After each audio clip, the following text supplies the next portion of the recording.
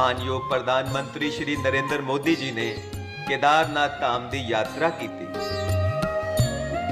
इस वेले तुसी वेख रहे हो कि प्रधानमंत्री हिमालय दीआं वादियां विच केदार घाटी विच प्रवेश कर चुके हैं अते हौली हौली अपनी पैदल यात्रा राही वो मंदिर वल जाणगे अते उत्थे उन्हां दा पूजा अर्चना करन दा मनोरथ है। ये मंदिर दा मुख्य द्वार है। इसे द्वार तो प्रधानमंत्री प्रवेश करनगे अते मंदिर दे गर्भगृह विच जाणगे। हुण तुसी वेख रहे हो कि प्रधानमंत्री श्री नरेंद्र मोदी पौड़ियां तो हेठां आ रहे ने अते केदारनाथ विच चल रहे विकास अते निर्माण कार्यां दा जायजा ले रहे ने।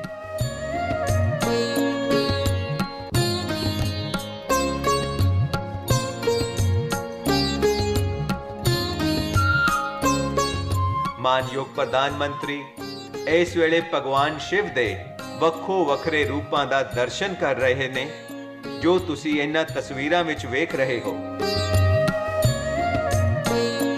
ये तस्वीरां मंदिर दी सुरक्षा लई बनी बाहरी दीवार उत्ते बनाईयां गईयां ने।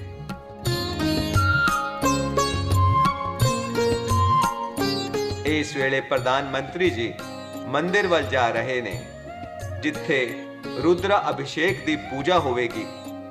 इस दे नाल ही वो विश्व दे कल्याण अते भारत दे कल्याण लई पूजा अर्चना करनगे अते उस तो बाद वो आदि शंकराचार्य जी दी समाधि वल जाणगे जिथे उन्हां दी मूर्ति दा उद्घाटन करनगे अते पर्दा हटाउण दी रस्म अदा करनगे।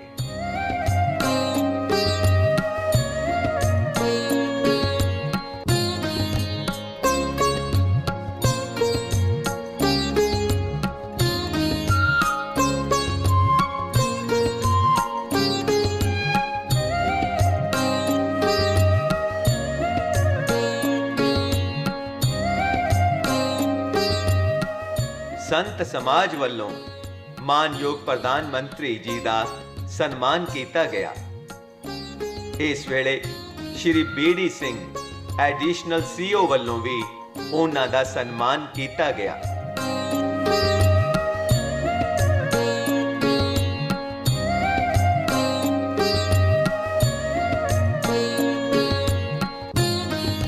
मंदिर दे मुख द्वार उत्ते मानयोग प्रधानमंत्री जी पहुंच चुके ने।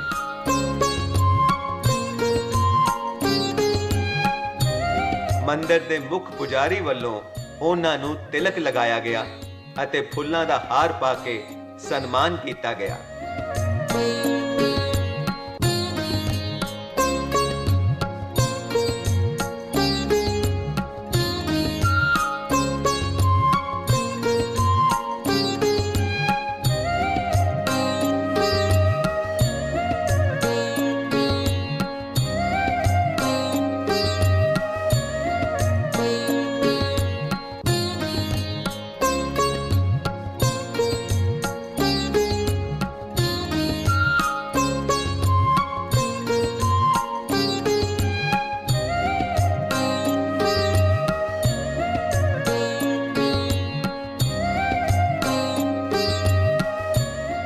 तुसी वेख रहे हो इस वेले प्रधानमंत्री जी मंदिर दे गर्भगृह विच प्रवेश कर चुके ने। इत्थे प्रधानमंत्री जी भगवान शिव दी पूजा अर्चना करनगे। शांति अंतरिक्षं शांति पृथ्वी शांति आपः शांति ओषधयः शांति वनस्पतयः शांतिर्विश्वे देवाः शांति ब्रह्म शांति सर्वगं शांति शांतिरेव शांति सामा शांतिरेधि।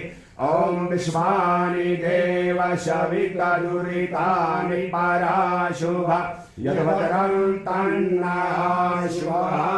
ओम ज्ञान पुष्पम आवाहनं समर्पयामि।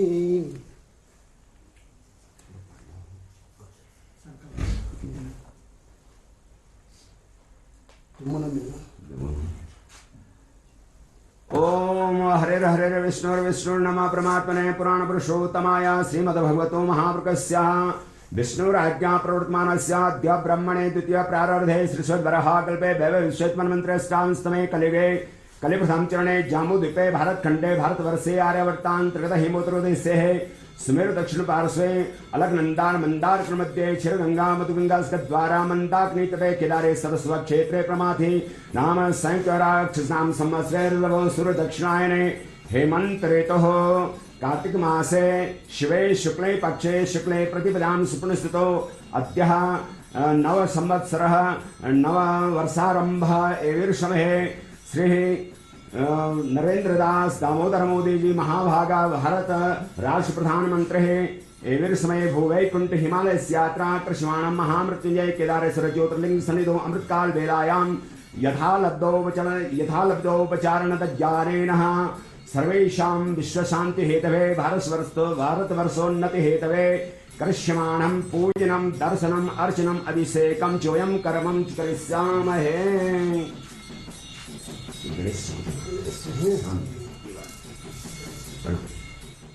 ओम यं ब्रह्म वेदांत वेदर्वदन्ते परप्रधानं पुरुषस्धाने विश्वस्कते कारणमीश्वरं वा तस्मै नमो वेद्न विनाशिनाय मंगलते नमः। श्रीमन्महाधिगणपते नमः। ओम नमो देवे महादेवे शिवाय सदनं नमः। नमो प्रकृतिभद्राय नियतां प्रणतस्मराम्। हरिः ओम नमो निर्दिष्टाय प्रियतवदवेष्टाय च नमः। नमोक्षोदिष्टाय स्मरहरमहिष्टाय च नमः। नमो वर्षिष्टाय त्रिनयनयवेष्टाय च नमः। नमः शर्वस्मेते तददिमिति शर्वाय च नमः। केदारलिंगं च उदारलिंगं श्रीशूलपाणिं भवदुःखभाजं केदारपीठे सुरपूजितं तं केदारनाथं शिरसा नमामि। केदारनाथं मनसा स्मरामि। मृत्युंजयाय नमो त्र्यंबकाय नमो त्रिपुरांतकाय नमो कालाग्निरुद्राय नमो कैलाशवासिने नमो भक्तवत्सलाय नमः। सर्वात्मने नमो सर्वध्यक्षाय नमो लोकाध्यक्षाय नमो नमः। सांसदा शिवाय नमः। घोरा पापकाशिनी त्वया निस्तन्माज्मयन्ताविचागसे जामुक्षं गिरिसन्तास्ते विवर्धसवे शिवां गिरिस्तरां कुरु माहि धंसेः पुरुषं जगदा शिवे नवदशा त्वा गिरिसाक्षा वदामसि यथा नः सर्वमि जगदक्षिणधुं सुमना अशता अद्यभोजदनिवर्ता प्रथमो देव्यो भिखकः अहिंस सर्वाजं भयन्तुर्मा सजातु धान्य धराचेः पराशुभ अशोकस्ताम्रो अरुणौतवप्रो सुमङ्गलः जे चेनभो रुद्रा अवितो यक्षश्रिताः सहस्रसो वेखा गुम्हेडहेर्महे असोजो वशर्वति नीलग्रीवो विलोहितः उदेनं गोपा अत्रसन्नत्रसन्नुतहर्जः सकृष्टो मृडयातिनः नमोऽस्तु नीलग्रीवाय सहस्राक्षाय मीडुखे अधोजे अससत्वानो हन्ते यो करन्नमः प्रभुञ्च धन्वस्तनमुभयो राज्ञोर्जाम जासते हसैखवः पराता भगवो बपः निजं धनुः कपगिनो विशल्यो वाणवाङ्कुत अनेशन्यशशाइखव आहुरशनिखङ्गतेः जातेः त्रिमेधुष्टमहस्ते बभूवते धनुः तयास्मान् विश्वतस्तैक्मया परिभुजः हरिते धन्मनो हेतिरस्मान् विश्वतः अथो जैकोदिस्तवारे तस्मिन्नदेहितम्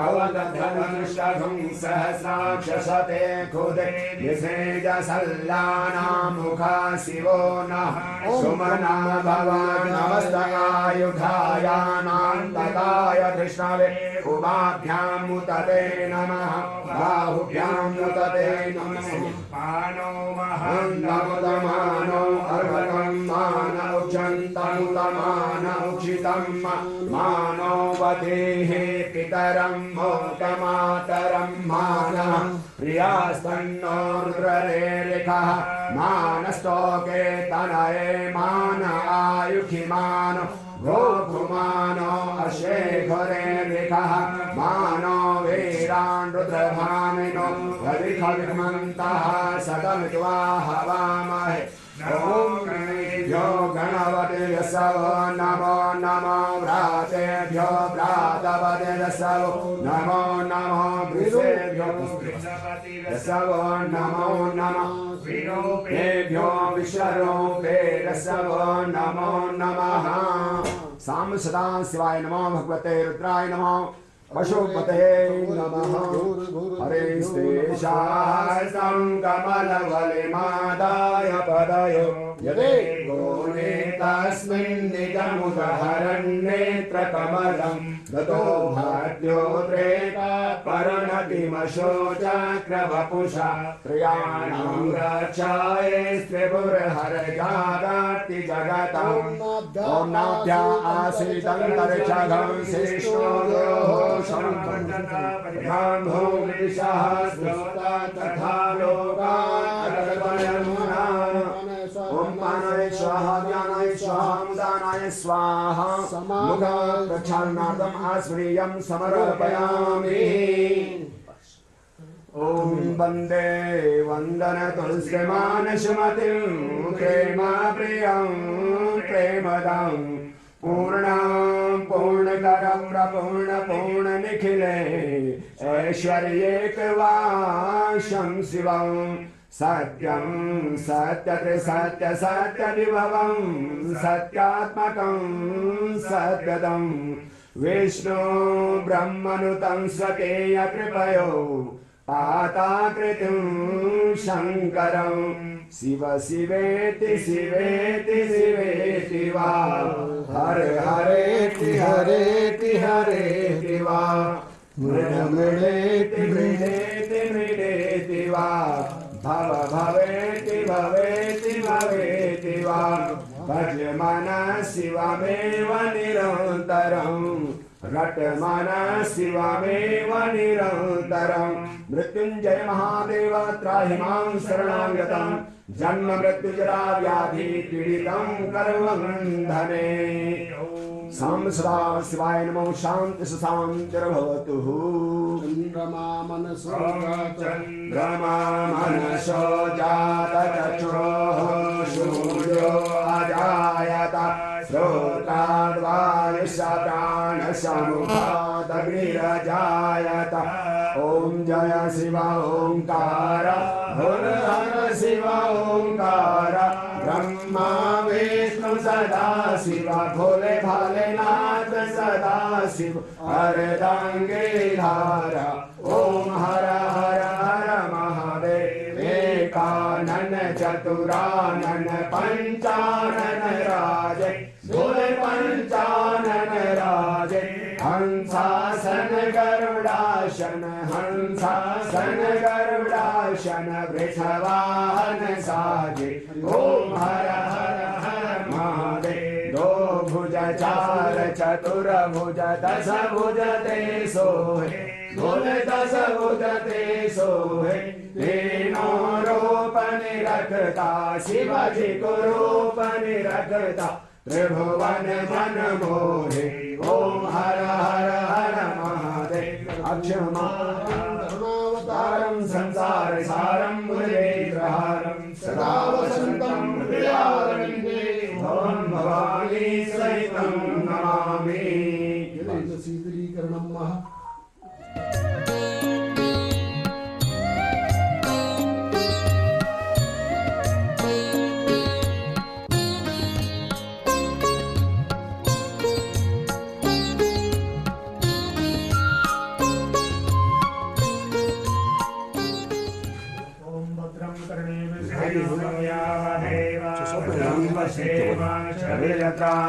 श्रीरङ्गे तुष्टवागं सदनो विशसे महि देवहितं यदायु त्वमेव माता स पिता त्वमेव बन्धु च सखा त्वमेव विद्या त्वमेव मम देव इमानि पार्श्वे जगते रमन्तं सम्पूज्यमानं सततं मुनीन्द्रे सुराज सूर्याख्यमहोदयाद्ये केदारनाथं शिवमेकवीरे बोलो केदारेश्वर भगवान की जय। केदारेश आपकी रक्षा करें और भारतवर्ष की उन्नति हुई है कामना है। भदं गणे विष्णुयाम देवा भदं पश्येम बोलो शंकर भगवान की जय।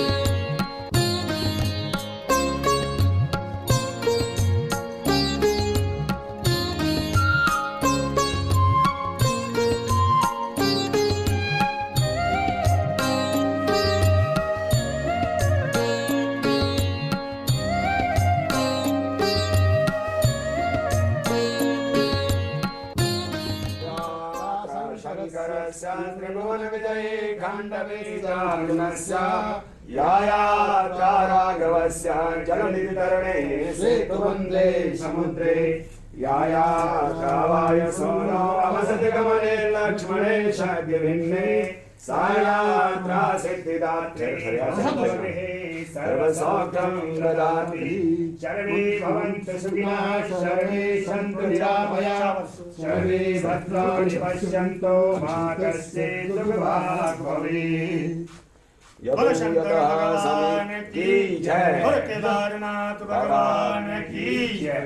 यतो यथा समेहसे ततो नो अभयं कुरु सन्नः कुरु प्रजयाभ्यो भयन्नः पशुभ्यः।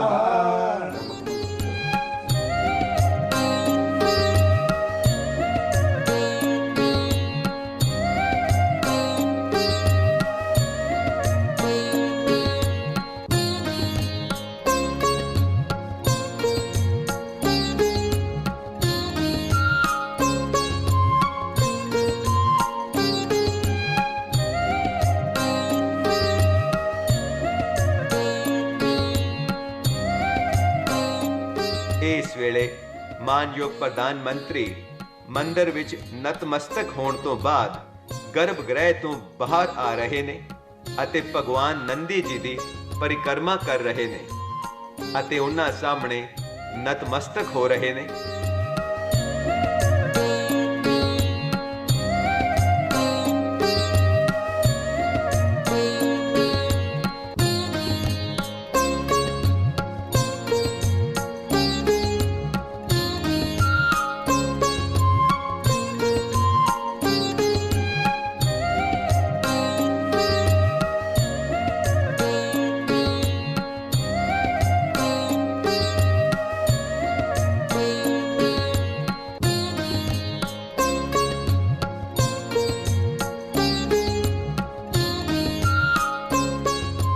ਅਤੇ ਇਸ ਤੋਂ ਬਾਅਦ ਪ੍ਰਧਾਨ ਮੰਤਰੀ ਜੀ ਨੇ ਮੰਦਰ ਪਰਿਸਰ ਦੀ ਪਰਿਕਰਮਾ ਕੀਤੀ।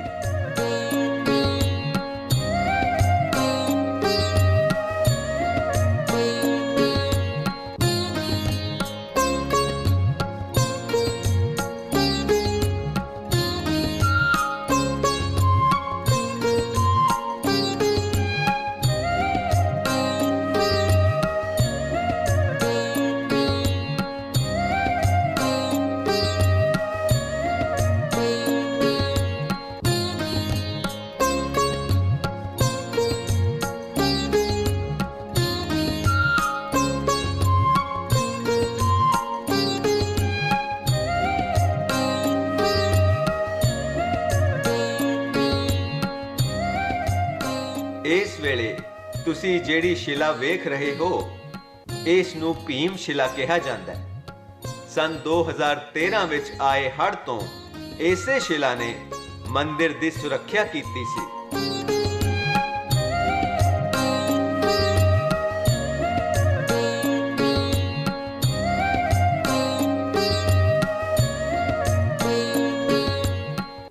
ਹੁਣ ਪ੍ਰਧਾਨ ਮੰਤਰੀ ਜੀ ਆਦਿ ਸ਼ੰਕਰਾਚਾर्य ਜੀ ਦੀ ਪਵਿੱਤਰ ਸਮਾਧੀ ਵੱਲ ਰਵਾਨਾ ਹੋ ਰਹੇ ਨੇ।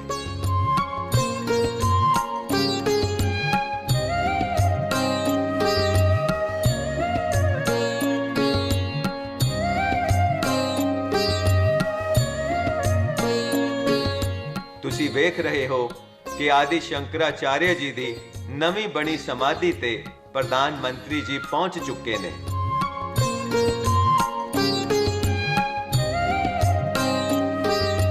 ਇਸ ਪਵਿੱਤਰ ਸਮਾਧੀ ਸਥਲ ਦੀਆਂ ਦੀਵਾਰਾਂ ਤੇ ਆਦਿ ਸ਼ੰਕਰਾਚਾर्य ਜੀ ਦੁਆਰਾ ਰਚਿਤ ਸ਼ਲੋਕ ਲਿਖੇ ਹੋਏ ਨੇ। ਪ੍ਰਧਾਨ ਮੰਤਰੀ ਜੀ ਨੇ ਆਦਿ ਸ਼ੰਕਰਾਚਾर्य ਜੀ ਦੀ ਨਵੀਂ ਬਣੀ 15 ਫੁੱਟ ਉੱਚੀ ਮੂਰਤੀ ਤੋਂ ਪਰਦਾ ਹਟਾਉਣ ਦੀ ਰਸਮ ਅਦਾ ਕੀਤੀ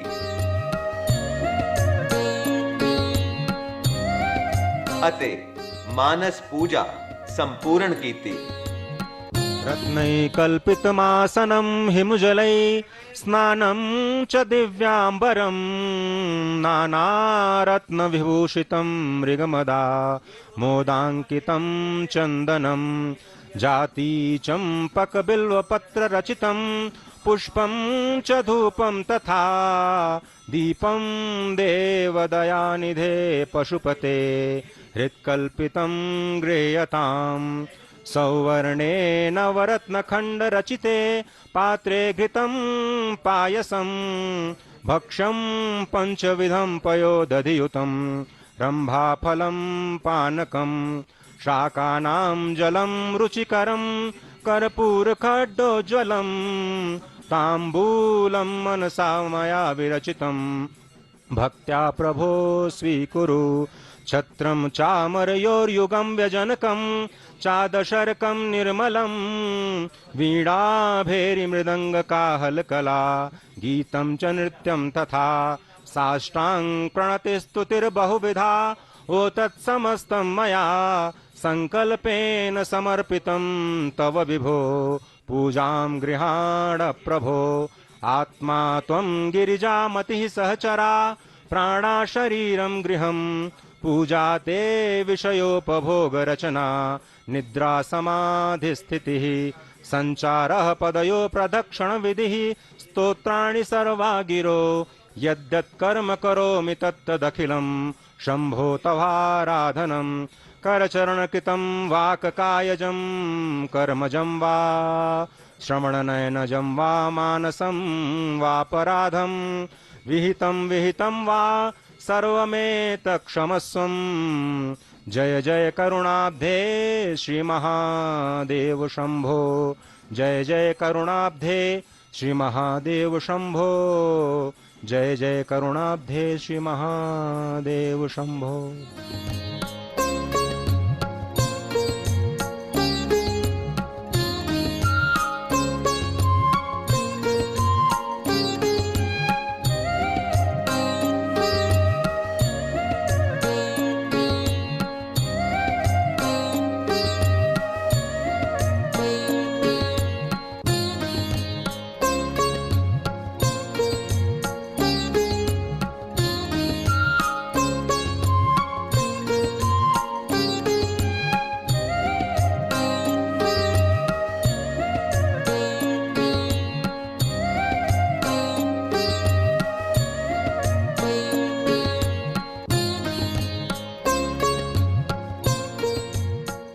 ਇਸ ਮੌਕੇ ਤੇ ਉੱਤਰਾਖੰਡ ਦੇ ਭੂਤਪੂਰਵ ਰਾਜਪਾਲ ਮਾਨਯੋਗ ਸ਼੍ਰੀ ਗੁਰਮੀਤ ਸਿੰਘ ਜੀ ਨੇ ਪ੍ਰਧਾਨ ਮੰਤਰੀ ਜੀ ਦਾ ਸ਼ਾਲ ਭੇਂਟ ਕਰਕੇ ਸਵਾਗਤ ਕੀਤਾ। ਇਸ ਤੋਂ ਇਲਾਵਾ ਉੱਤਰਾਖੰਡ ਦੇ ਮੁੱਖ ਮੰਤਰੀ ਮਾਨਯੋਗ ਸ਼੍ਰੀ ਪੁਸ਼ਕਰ ਧਾਮੀ ਜੀ ਨੇ ਪ੍ਰਧਾਨ ਮੰਤਰੀ ਜੀ ਨੂੰ ਕੇਦਾਰਨਾਥ ਮੰਦਿਰ ਦਾ ਸਮ੍ਰਿਤੀ ਚਿੰਨ੍ਹ ਭੇਂਟ ਕੀਤਾ।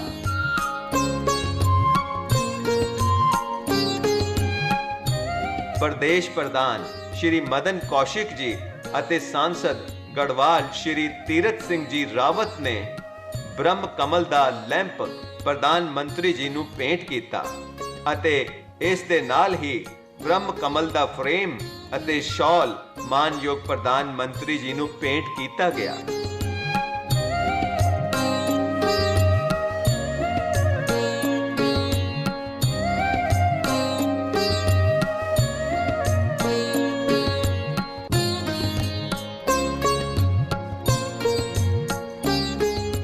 ਇਸ ਮੌਕੇ ਉੱਤਰਾਖੰਡ ਦੇ ਮੁੱਖ ਮੰਤਰੀ ਸ਼੍ਰੀ ਪੁਸ਼ਕਰ ਸਿੰਘ ਧਾਮੀ ਜੀ ਨੇ ਲੋਕਾਂ ਨੂੰ ਸੰਬੋਧਨ ਕੀਤਾ। ਮਾਨਯੋਗ ਪ੍ਰਧਾਨ ਮੰਤਰੀ ਸ਼੍ਰੀ ਨਰਿੰਦਰ ਮੋਦੀ ਜੀ ਨੇ ਕੇਦਾਰਨਾਥ ਘਾਟੀ ਵਿੱਚ ਪੁਨਰ ਨਿਰਮਾਣ ਕਾਰਜਾਂ ਦਾ ਨੀਂਹ ਪੱਥਰ ਵੀ ਰੱਖਿਆ।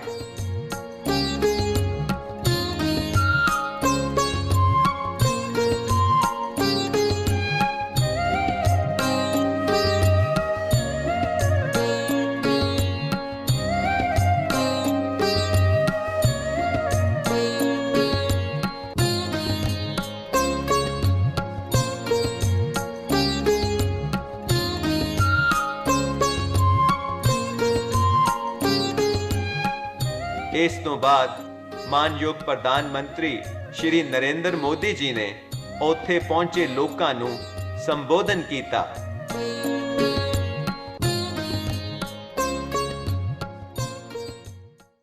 जय बाबा केदार,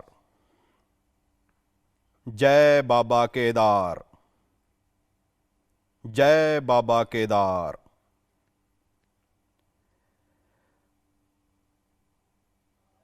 दैवी प्रताप नाल सजे हुए इस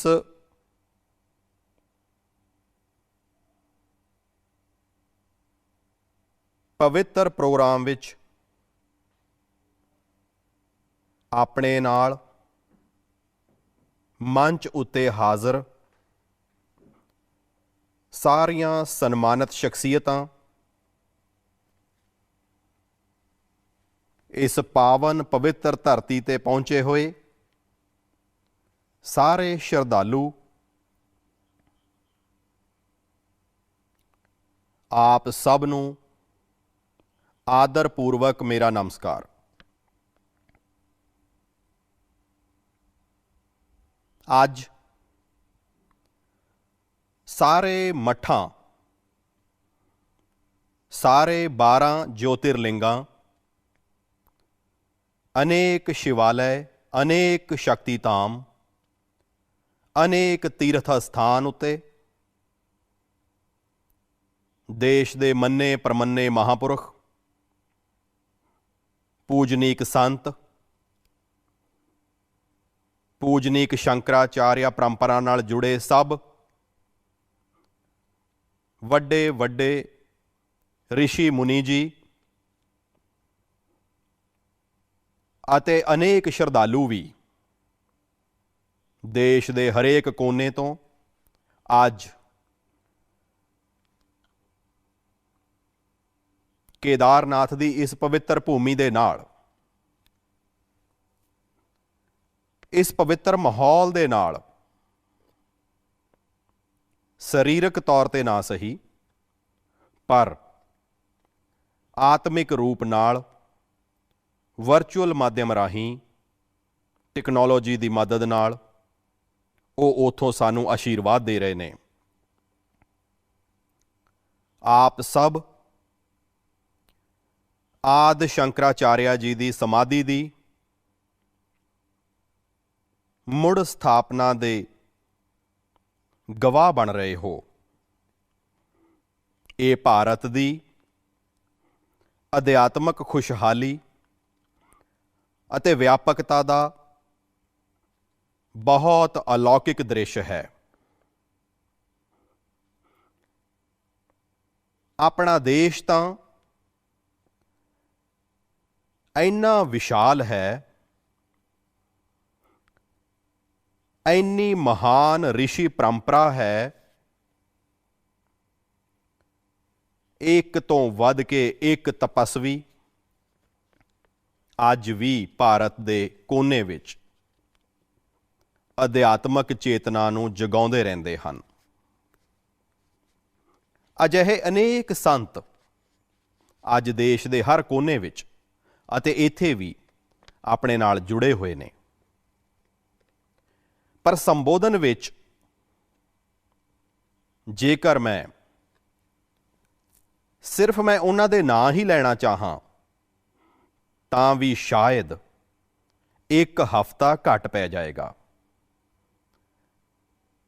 ਅਤੇ ਜੇਕਰ ਇੱਕ ਅੱਧਾ ਨਾਂ ਛੁੱਟ ਗਿਆ ਤਾਂ ਵੀ ਸ਼ਾਇਦ ਮੈਂ ਜੀਵਨ ਭਰ ਕਿਸੇ ਪਾਪ ਦੇ ਭਾਰ ਹੇਠ ਦਬ ਜਾਵਾਂਗਾ। ਮੇਰੀ ਇੱਛਾ ਹੁੰਦੇ ਹੋਏ ਵੀ ਮੈਂ ਇਸ ਵੇਲੇ ਸਭ ਦੇ ਨਾਮਾਂ ਦਾ ਉਲੇਖ ਨਹੀਂ ਕਰ ਸਕਦਾ, ਪਰ ਮੈਂ ਉਹਨਾਂ ਸਭ ਨੂੰ ਆਦਰ ਸਹਿਤ ਪ੍ਰਣਾਮ ਕਰਦਾ ਹਾਂ। ਉਹ ਜਿੱਥੋਂ ਵੀ ਇਸ ਪ੍ਰੋਗਰਾਮ ਵਿੱਚ ਜੁੜੇ ਹੋਏ ਨੇ, ਉਹਨਾਂ ਦੇ ਆਸ਼ੀਰਵਾਦ ਸਾਡੀ ਬਹੁਤ ਵੱਡੀ ਸ਼ਕਤੀ ਹਨ। ਅਨੇਕ ਪਵਿੱਤਰ ਕਾਰਜ ਕਰਨ ਲਈ ਉਹਨਾਂ ਦੇ ਆਸ਼ੀਰਵਾਦ ਸਾਨੂੰ ਸ਼ਕਤੀ ਦੇਣਗੇ, ਇਹ ਮੇਰਾ ਪੂਰਾ ਭਰੋਸਾ ਹੈ।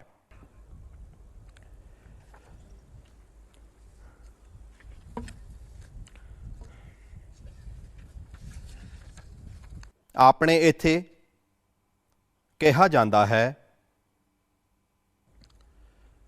आवाहनम न जानामि न जानामि विसर्जनम पूजनम चैवना जानामि क्षमस्व परमेश्वरम। ਇਸੇ ਲਈ ਮੈਂ ਦਿਲੋਂ ਅਜਿਹੇ ਸਾਰੇ ਵਿਅਕਤੀਆਂ ਤੋਂ ਮੁਆਫੀ ਮੰਗਦੇ ਹੋਏ ਇਸ ਪਵਿੱਤਰ ਮੌਕੇ ਤੇ ਦੇਸ਼ ਦੇ ਕੋਨੇ-ਕੋਨੇ ਤੋਂ ਜੁੜੇ ਸ਼ੰਕਰਾਚਾਰਿਆ, ਰਿਸ਼ੀ ਮੁਨੀ,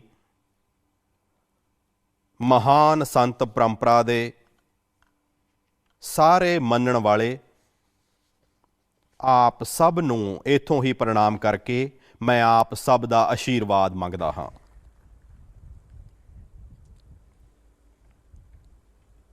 ਸਾਥੀਓ, ਆਪਣੇ ਉਪਨਿਸ਼ਦਾਂ ਵਿੱਚ ਆਦਿ ਸ਼ੰਕਰਾਚਾਰਿਆ ਜੀ ਦੀਆਂ ਰਚਨਾਵਾਂ ਵਿੱਚ ਕਈ ਜਗ੍ਹਾ ਨੇਤੀ ਨੇਤੀ, ਜਦ ਵੀ ਦੇਖੋ ਨੇਤੀ ਨੇਤੀ,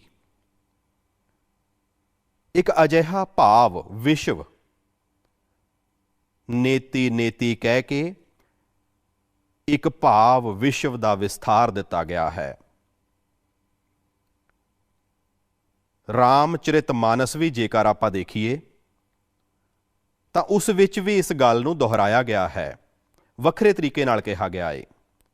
ਰਾਮਚਰਿਤ ਮਾਨਸ ਵਿੱਚ ਕਿਹਾ ਗਿਆ ਹੈ ਕਿ अभिगत अकथ अपार, अभिगत अकथ अपार, नेति नेति नित निगम कह, नेति नेति नित निगम कह। ਭਾਵ ਕੁਝ ਅਹਿਸਾਸ ਇੰਨੇ ਅਲੌਕਿਕ, ਇੰਨੇ ਅਨੰਤ ਹੁੰਦੇ ਨੇ ਕਿ ਉਹਨਾਂ ਨੂੰ ਸ਼ਬਦਾਂ ਨਾਲ ਜ਼ਾਹਰ ਨਹੀਂ ਕੀਤਾ ਜਾ ਸਕਦਾ। ਬਾਬਾ ਕੇਦਾਰਨਾਥ ਦੀ ਸ਼ਰਨ ਵਿੱਚ ਆ ਕੇ ਜਦੋਂ ਵੀ ਆਉਂਦਾ ਹਾਂ, ਇੱਥੋਂ ਦੇ ਕਣ ਕਣ ਨਾਲ ਜੁੜ ਜਾਂਦਾ ਹਾਂ। ਇੱਥੋਂ ਦੀਆਂ ਹਵਾਵਾਂ, ਇਹ ਹਿਮਾਲਿਆ ਦੀਆਂ ਚੋਟੀਆਂ, ਇਹ ਬਾਬਾ ਕੇਦਾਰ ਦੀ ਗੋਦ ਪਤਾ ਨਹੀਂ ਕਿਹੋ ਜਿਹੇ ਅਹਿਸਾਸ ਵੱਲ ਖਿੱਚ ਕੇ ਲੈ ਜਾਂਦੀ ਹੈ, ਜਿਸ ਦੇ ਲਈ ਮੇਰੇ ਕੋਲ ਸ਼ਬਦ ਹੈ ਹੀ ਨਹੀਂ।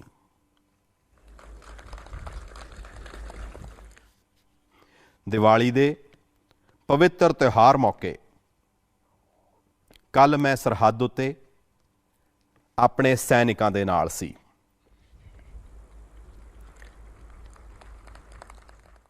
ਅਤੇ ਅੱਜ ਤਾਂ ਫਿਰ ਇਹ ਸੈਨਿਕਾਂ ਦੀ ਭੂਮੀ ਤੇ ਹਾਂ। ਮੈਂ ਤਿਉਹਾਰਾਂ ਦੀਆਂ ਖੁਸ਼ੀਆਂ ਮੇਰੇ ਦੇਸ਼ ਦੇ ਜਵਾਨ ਵੀਰ ਸੈਨਿਕਾਂ ਦੇ ਨਾਲ ਵੰਡੀਆਂ। ਦੇਸ਼ ਵਾਸੀਆਂ ਦੇ ਪਿਆਰ ਦਾ ਸੁਨੇਹਾ, ਦੇਸ਼ ਵਾਸੀਆਂ ਦੀ ਉਹਨਾਂ ਦੇ ਪ੍ਰਤੀ ਸ਼ਰਧਾ, ਦੇਸ਼ ਵਾਸੀਆਂ ਦੇ ਆਸ਼ੀਰਵਾਦ, 130 ਕਰੋੜ ਆਸ਼ੀਰਵਾਦ ਲੈ ਕੇ ਮੈਂ ਕੱਲ੍ਹ ਸੈਨਾ ਦੇ ਜਵਾਨਾਂ ਦੇ ਵਿੱਚ ਗਿਆ ਸੀ। ਅਤੇ ਅੱਜ ਮੈਨੂੰ ਗੋਵਰਧਨ ਪੂਜਾ ਦੇ ਦਿਨ ਅਤੇ ਗੁਜਰਾਤ ਦੇ ਲੋਕਾਂ ਲਈ ਤਾਂ ਅੱਜ ਨਵਾਂ ਸਾਲ ਹੈ।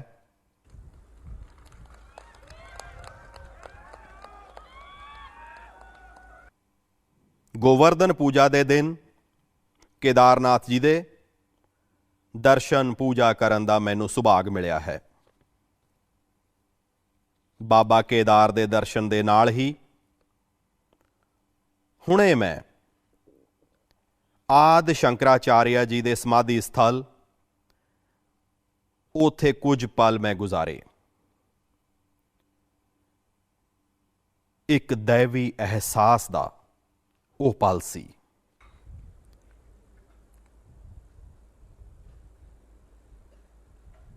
ਸਾਹਮਣੇ ਬੈਠਦੇ ਹੀ ਲੱਗ ਰਿਹਾ ਸੀ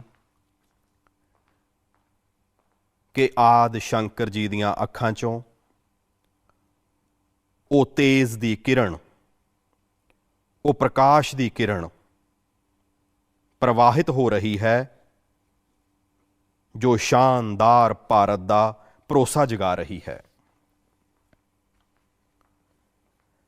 ਸ਼ੰਕਰਾਚਾਰਿਆ ਜੀ ਦੀ ਸਮਾਧੀ ਇੱਕ ਵਾਰ ਫੇਰ ਹੋਰ ਜ਼ਿਆਦਾ ਦੈਵੀ ਸਰੂਪ ਦੇ ਨਾਲ ਆਪਣੇ ਸਭ ਦੇ ਦਰਮਿਆਨ ਹੈ। ਇਸ ਦੇ ਨਾਲ ਹੀ ਸਰਸਵਤੀ ਤਟ ਉੱਤੇ ਘਾਟ ਦੀ ਉਸਾਰੀ ਵੀ ਹੋ ਚੁੱਕੀ ਹੈ ਅਤੇ ਮੰਦਾਕਿਨੀ ਉੱਤੇ ਬਣੇ ਪੁਲ ਨਾਲ ਗਰੁੜ ਚੱਟੀ ਉਸ ਮਾਰਗ ਨੂੰ ਵੀ ਸੁਖਾਲਾ ਕਰ ਦਿੱਤਾ ਗਿਆ ਹੈ। ਅਤੇ ਗਰੁੜ ਚੱਟੀ ਨਾਲ ਤਾਂ ਮੇਰਾ ਖਾਸ ਰਿਸ਼ਤਾ ਵੀ ਰਿਹਾ ਹੈ। ਇੱਥੇ ਇੱਕ ਦੋ ਲੋਕ ਹੈਗੇ ਨੇ ਪੁਰਾਣੇ ਜੋ ਪਹਿਚਾਣ ਜਾਂਦੇ ਨੇ। ਮੈਂ ਤੁਹਾਡੇ ਦਰਸ਼ਨ ਕੀਤੇ, ਮੈਨੂੰ ਚੰਗਾ ਲੱਗਿਆ। ਸਾਧੂ ਤਾਂ ਚੱਲਦੇ ਭਲੇ, ਭਾਵ ਪੁਰਾਣੇ ਲੋਕ ਤਾਂ ਹੁਣ ਚਲੇ ਗਏ ਨੇ। ਕੁਝ ਲੋਕ ਇਸ ਸਥਾਨ ਨੂੰ ਛੱਡ ਕੇ ਚਲੇ ਗਏ, ਕੁਝ ਲੋਕ ਇਸ ਧਰਤੀ ਨੂੰ ਛੱਡ ਕੇ ਚਲੇ ਗਏ। ਹੁਣ ਮੰਦਾਕਿਨੀ ਦੇ ਕਿਨਾਰੇ ਹੜ੍ਹ ਤੋਂ ਸੁਰੱਖਿਆ ਲਈ ਜਿਸ ਦੀਵਾਰ ਦੀ ਉਸਾਰੀ ਕੀਤੀ ਗਈ ਹੈ, ਇਸ ਨਾਲ ਸ਼ਰਧਾਲੂਆਂ ਦੀ ਯਾਤਰਾ ਹੁਣ ਹੋਰ ਸੁਰੱਖਿਅਤ ਹੋ ਗਈ ਹੈ। ਤੀਰਥ ਪੁਰੋਹਿਤਾਂ ਦੇ ਲਈ ਨਵੀਂ ਬਣੀ ਰਿਹਾਇਸ਼ ਨਾਲ ਉਹਨਾਂ ਨੂੰ ਹਰ ਮੌਸਮ ਵਿੱਚ ਸੁਵਿਧਾ ਹੋਵੇਗੀ। ਭਗਵਾਨ ਕੇਦਾਰਨਾਥ ਦੀ ਸੇਵਾ ਉਹਨਾਂ ਦੇ ਲਈ ਹੁਣ ਕੁਝ ਸਰਲ ਹੋਵੇਗੀ, ਕੁਝ ਸੁਖਾਲੀ ਹੋਵੇਗੀ। ਅਤੇ ਮੈਂ ਤਾਂ ਪਹਿਲਾਂ ਦੇਖਿਆ ਹੈ, ਕਦੇ ਕੁਦਰਤੀ ਆਫਤ ਆ ਜਾਂਦੀ ਸੀ ਤਾਂ ਤੀਰਥ ਯਾਤਰੀ ਇੱਥੇ ਫਸ ਜਾਂਦੇ ਸੀ, ਤਾਂ ਇਹਨਾਂ ਪੁਰੋਹਿਤਾਂ ਦੇ ਘਰਾਂ ਵਿੱਚ ਹੀ ਇੱਕ ਇੱਕ ਕਮਰੇ ਵਿੱਚ ਇੰਨੇ ਲੋਕ ਆਪਣਾ ਸਮਾਂ ਕੱਟਦੇ ਸੀ। ਅਤੇ ਮੈਂ ਦੇਖਦਾ ਸੀ ਸਾਡੇ ਪੁਰੋਹਿਤ ਖੁਦ ਬਾਹਰ ਠੰਡ ਵਿੱਚ ਠਰਦੇ ਸੀ, ਪਰ ਉਹਨਾਂ ਦੇ ਜੋ ਜਜਮਾਨ ਆਉਂਦੇ ਸੀ ਉਹਨਾਂ ਦੀ ਚਿੰਤਾ ਕਰਦੇ ਸੀ। ਮੈਂ ਇਹ ਸਭ ਵੇਖਿਆ ਹੋਇਆ ਹੈ, ਉਹਨਾਂ ਦੇ ਭਗਤੀ ਭਾਵ ਨੂੰ ਮੈਂ ਦੇਖਿਆ ਹੋਇਆ ਹੈ। ਹੁਣ ਉਹਨਾਂ ਮੁਸੀਬਤਾਂ ਤੋਂ ਉਹਨਾਂ ਨੂੰ ਮੁਕਤੀ ਮਿਲਣ ਵਾਲੀ ਹੈ। ਸਾਥੀਓ, ਅੱਜ ਇੱਥੇ ਯਾਤਰੀ ਸੇਵਾਵਾਂ ਅਤੇ ਸੁਵਿਧਾਵਾਂ ਨਾਲ ਜੁੜੀਆਂ ਕਈ ਯੋਜਨਾਵਾਂ ਦਾ ਨੀਂਹ ਪੱਥਰ ਵੀ ਰੱਖਿਆ ਗਿਆ ਹੈ। ਸੈਲਾਨੀ ਸੁਵਿਧਾ ਕੇਂਦਰ ਦੀ ਉਸਾਰੀ ਹੋਵੇ, ਯਾਤਰੀਆਂ ਅਤੇ ਇਸ ਇਲਾਕੇ ਦੇ ਲੋਕਾਂ ਦੀ ਸੁਵਿਧਾ ਦੇ ਲਈ ਆਧੁਨਿਕ ਹਸਪਤਾਲ ਹੋਵੇ, ਸਾਰੀਆਂ ਸੁਵਿਧਾਵਾਂ ਵਾਲਾ ਹਸਪਤਾਲ ਹੋਵੇ, ਰੇਨ ਸ਼ੈਲਟਰ ਹੋਵੇ। ਇਹ ਸਾਰੀਆਂ ਸੁਵਿਧਾਵਾਂ ਸ਼ਰਧਾਲੂਆਂ ਦੀ ਸੇਵਾ ਦਾ ਮਾਧਿਅਮ ਬਣਨਗੀਆਂ। ਉਹਨਾਂ ਦੀ ਤੀਰਥ ਯਾਤਰਾ ਨੂੰ ਹੁਣ ਕਸ਼ਟ ਤੋਂ ਮੁਕਤ ਕੇਦਾਰ ਨਾਲ ਯੁਕਤ ਜੈ ਭੋਲੇ ਦੇ ਚਰਨਾਂ ਵਿੱਚ ਲੀਨ ਹੋਣ ਦਾ ਯਾਤਰੀਆਂ ਨੂੰ ਇੱਕ ਸੁਖਮਈ ਅਹਿਸਾਸ ਹੋਵੇਗਾ। ਸਾਥੀਓ, ਕਈ ਵਰ੍ਹੇ ਪਹਿਲਾਂ ਜੋ ਨੁਕਸਾਨ ਇੱਥੇ ਹੋਇਆ ਸੀ ਉਹ ਕਲਪਨਾ ਤੋਂ ਵੀ ਪਰੇ ਸੀ। ਮੈਂ ਮੁੱਖ ਮੰਤਰੀ ਤਾਂ ਗੁਜਰਾਤ ਦਾ ਸੀ,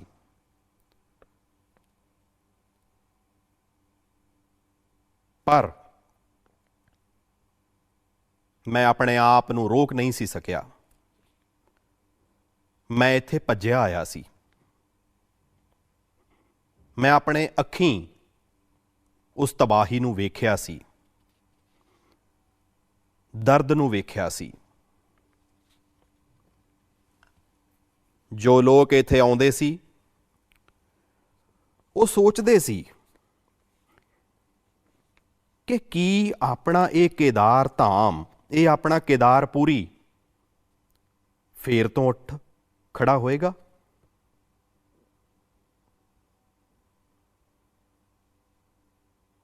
ਪਰ ਮੇਰੇ ਅੰਦਰ ਦੀ ਆਵਾਜ਼ ਕਹਿ ਰਹੀ ਸੀ ਕਿ ਪਹਿਲਾਂ ਤੋਂ ਵੀ ਵੱਧ ਆਣ ਬਾਣ ਸ਼ਾਨ ਨਾਲ ਖੜਾ ਹੋਏਗਾ।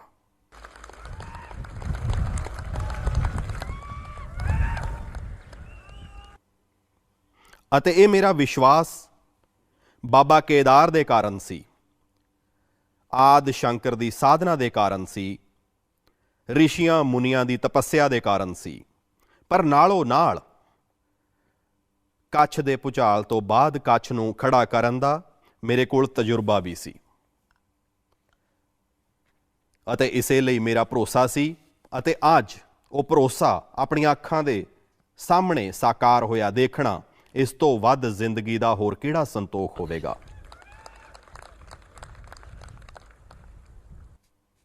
ਮੈਂ ਇਸ ਨੂੰ ਆਪਣੀ ਖੁਸ਼ਕਿਸਮਤੀ ਮੰਨਦਾ ਹਾਂ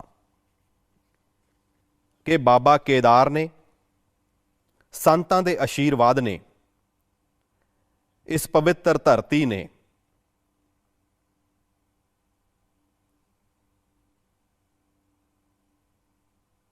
ਜਿਸ ਮਿੱਟੀ ਨੇ, ਜਿਸ ਦੀਆਂ ਹਵਾਵਾਂ ਨੇ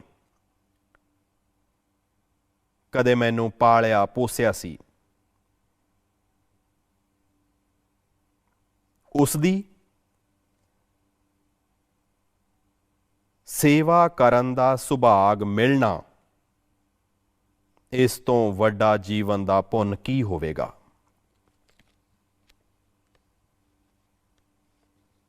ਇਸ ਆਦ ਭੂਮੀ ਉੱਤੇ ਸ਼ਾਸਵਤ ਦੇ ਨਾਲ ਆਧੁਨਿਕਤਾ ਦੇ ਇਹ ਮੇਲ, ਵਿਕਾਸ ਦੇ ਇਹ ਕੰਮ ਭਗਵਾਨ ਸ਼ੰਕਰ ਦੀ ਸਹਿਜ ਕਿਰਪਾ ਦਾ ਹੀ ਨਤੀਜਾ ਹੈ। ਇਹ ਇਨਸਾਨ ਨਹੀਂ, ਇਨਸਾਨ ਕ੍ਰੈਡਿਟ ਨਹੀਂ ਲੈ ਸਕਦਾ। ਈਸ਼ਵਰ ਕਿਰਪਾ ਹੀ ਇਸ ਦੀ ਹੱਕਦਾਰ ਹੈ।